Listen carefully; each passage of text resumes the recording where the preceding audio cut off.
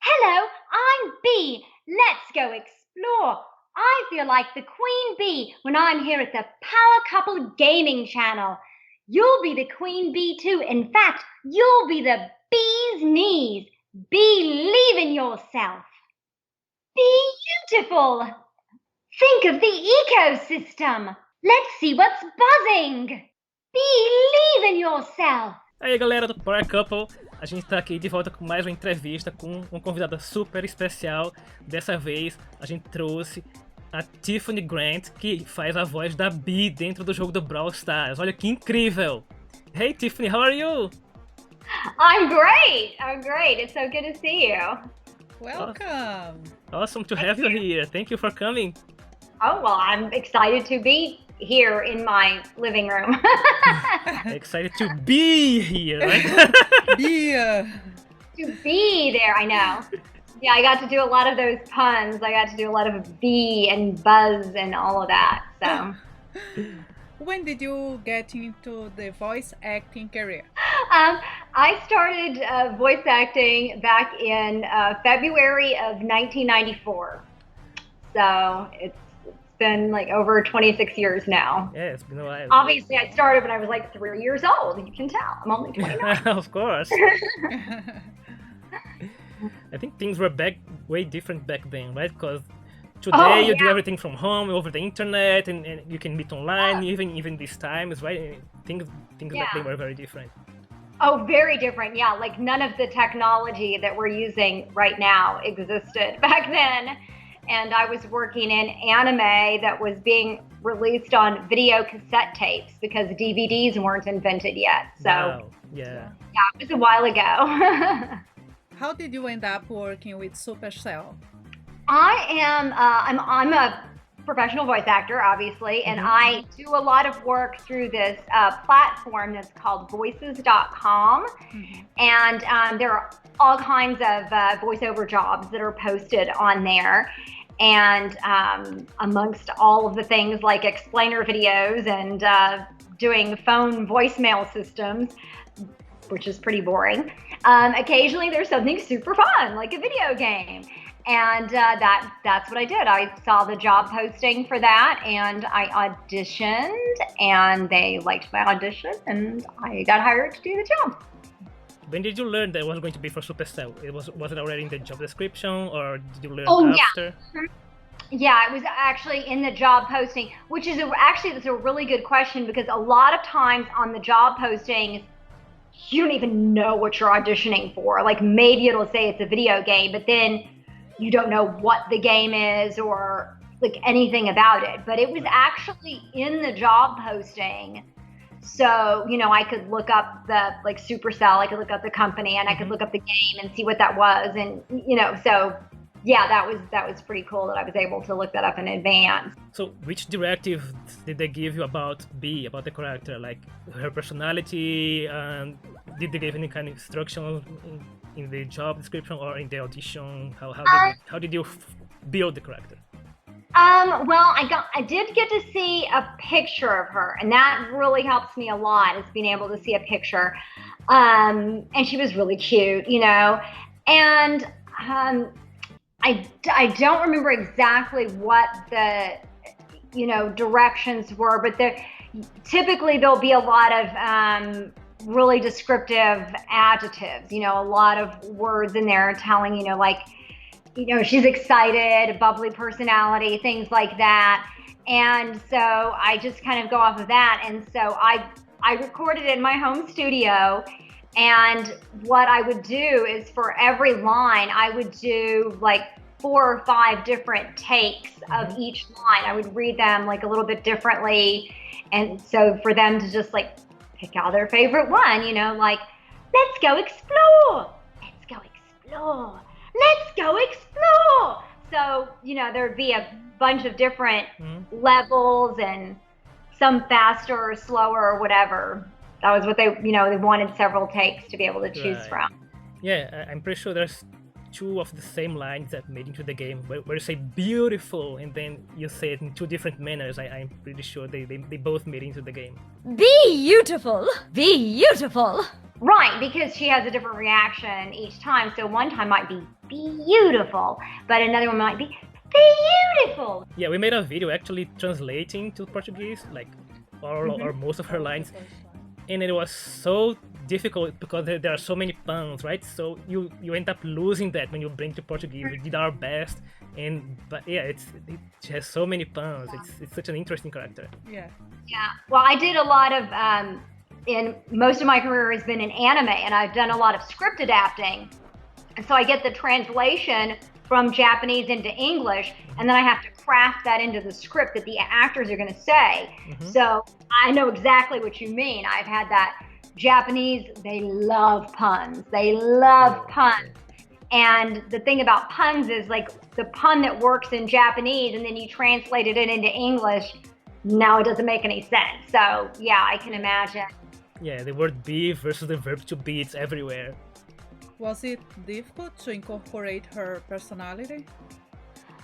Oh no, I think I had a lot of fun playing Bea. I mean, she was really excited and cute, and she had just like a bubbly personality, and it felt for me like an easy character to get into that.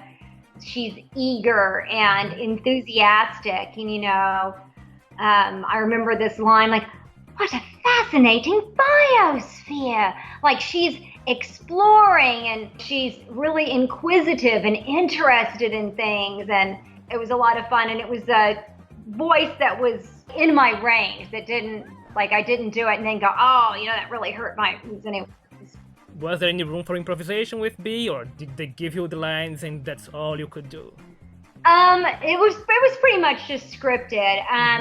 Most of those types of projects are pretty well scripted, and since I'm not physically in the studio, like times when I'm working on something where I'm in the studio with the director, that's really more when you have a little bit more time to dive a little bit deeper in it, and then that might be a time more for improvising and stuff. But I didn't. There wasn't really any.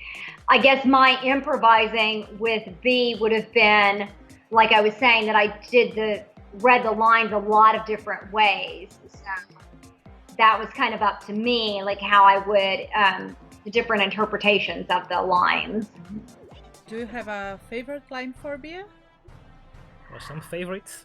Well, the line about the biosphere was pretty good, because I don't think I've ever, in all the hours, hundreds and hundreds and hundreds of hours of voice acting I've done in my life, I don't think I've ever had another time where I got to use the word biosphere. What a fascinating biosphere. I mean, when do you ever get to say that? So yeah, that's pretty cool, you get to use an unusual term that you don't normally use in any other instance. So you have a huge resume, right? I was really impressed, but most of it is like anime. So you want to tell us a little bit about your favorite projects outside of Supercell? Well, yeah, I've been working in anime for a long time. The thing that people know me the most for is this young lady here. This is Asuka. It's a show called Neon Genesis Evangelion. So that's something that I've been working on for a long, long time. That's really the thing that I'm known the most for.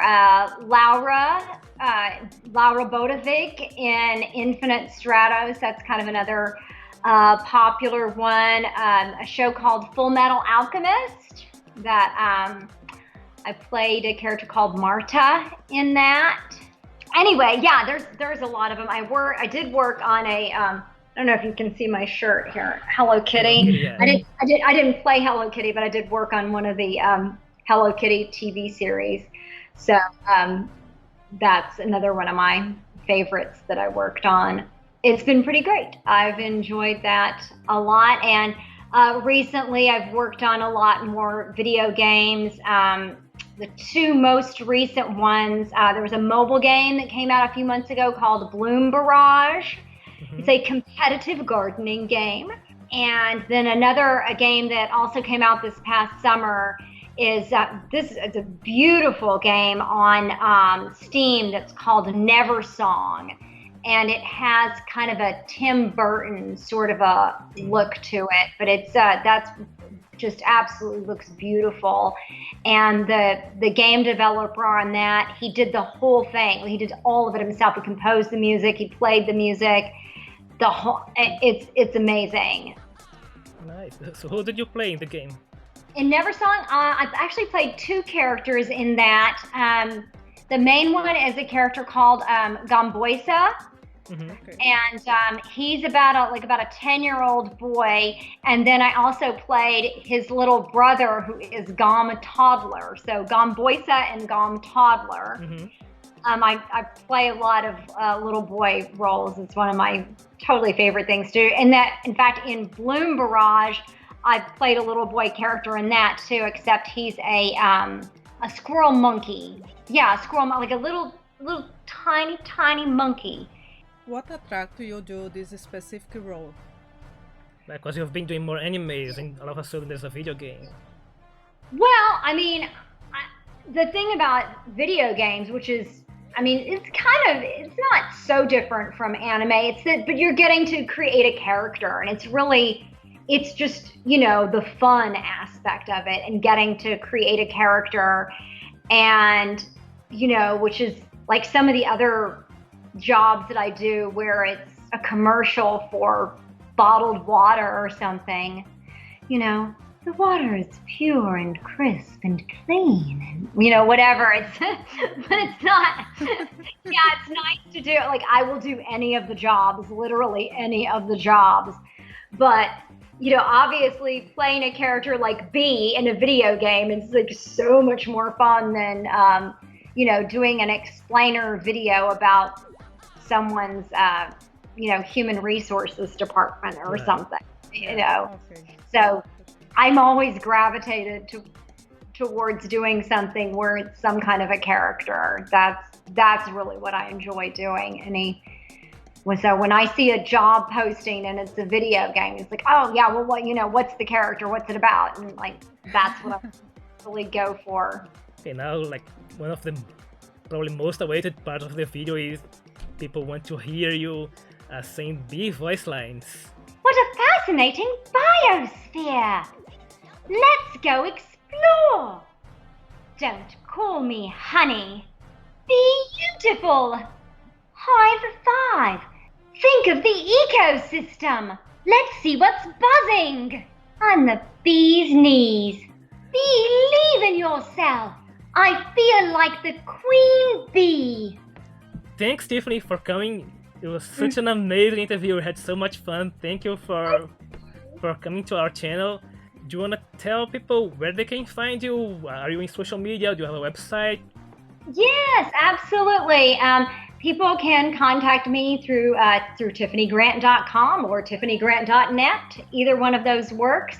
I also have a Facebook group, and so people can come and chat with me on the Facebook group, or you can drop me an email, and you can find me like that. Don't look for me on Twitter. I'm not there. Alright, thank you so much. Pessoal, então os links para você entrar em contato com ela e descobrir mais sobre o trabalho dela, todos aí na descrição. Again, thank you so much, Tiffany, for being here. You. Absolutely. Thank you.